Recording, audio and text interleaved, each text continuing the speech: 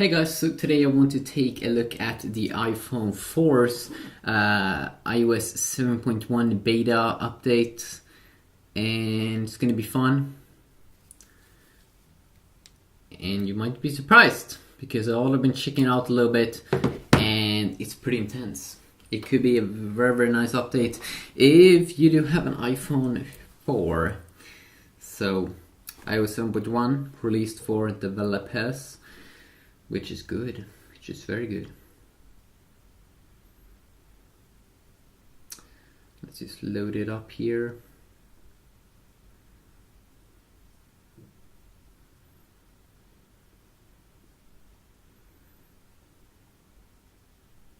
And the reason why I'm starting it up like this is because I want people to be able to see the speed of the new updates. Yeah, I like that.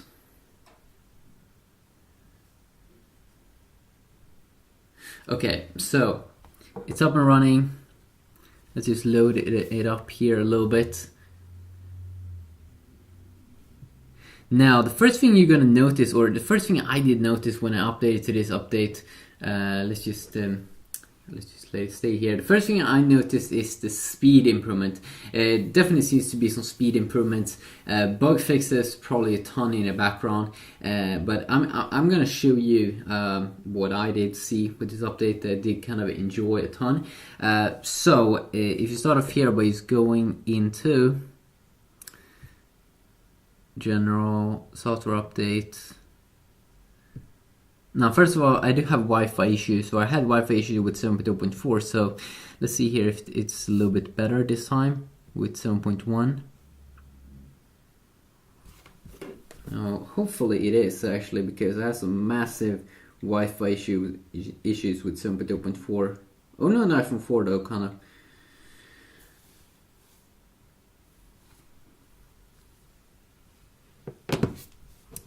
Okay, it's connected. Let's hope it doesn't disconnect.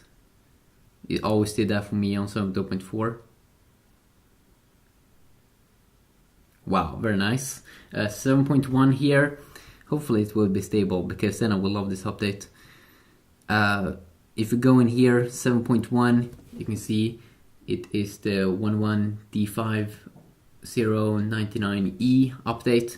The first thing I did notice was that when you go in and out of apps, I'm pretty sure that it kind of lagged when you was just jumping out of apps with earlier iOS, but look at this.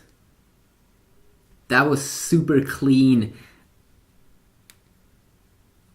Look at that butter smooth. I definitely do believe that that is a speed improvement that is insanely nice if you do have the iPhone 4.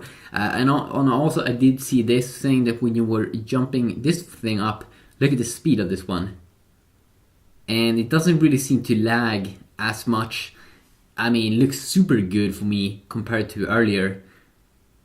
It looks like they have made some insane improvements in speed, specifically in this 7.1 update. Now, it could still be a little bit slow sometimes when you go like this and then go back. You can see a slightly little lag there, which you don't see when you go out of apps. It's super smooth. So hopefully they can continue working on improving the system even more. That would definitely be nice. You can see the speed here also seems to be optimized. That one is still a little bit slowish, bringing down the spotlight, but I'm still very impressed. You do have a dark keyboard option here, even though you already have a dark keyboard, but I think it is when you're typing, so let's see here. Or at least I think you do get it on the iPhone 4 as well in this new update, so you do get it on the higher end iPhones if you go into accessibility, and then you can see use dark keyboard.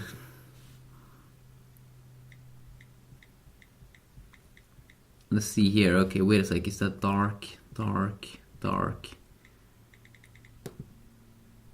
gonna see here if I know. No, I don't really see. Someone said that it could be inside of maybe iMessage. That is when it is being different. So let's just see here.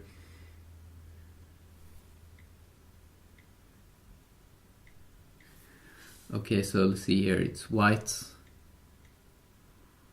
or like a grayish keyboard.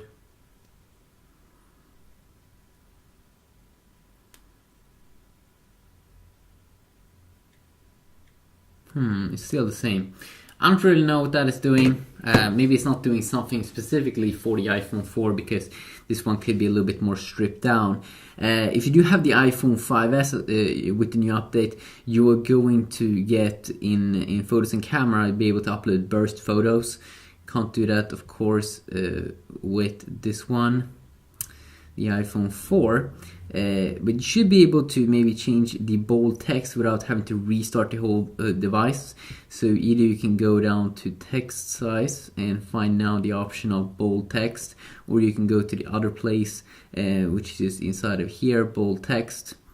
And you can see that I don't have to restart the device to change the text, which is very, very nice. So it will make your text a little bit more fat. And also it should be a little bit more fat here on the dial pad, which you can see it is.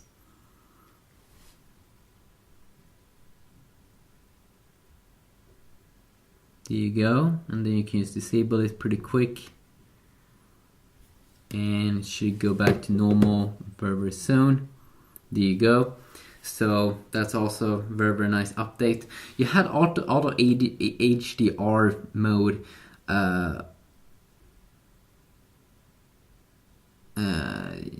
Let's see here, bold text toggle.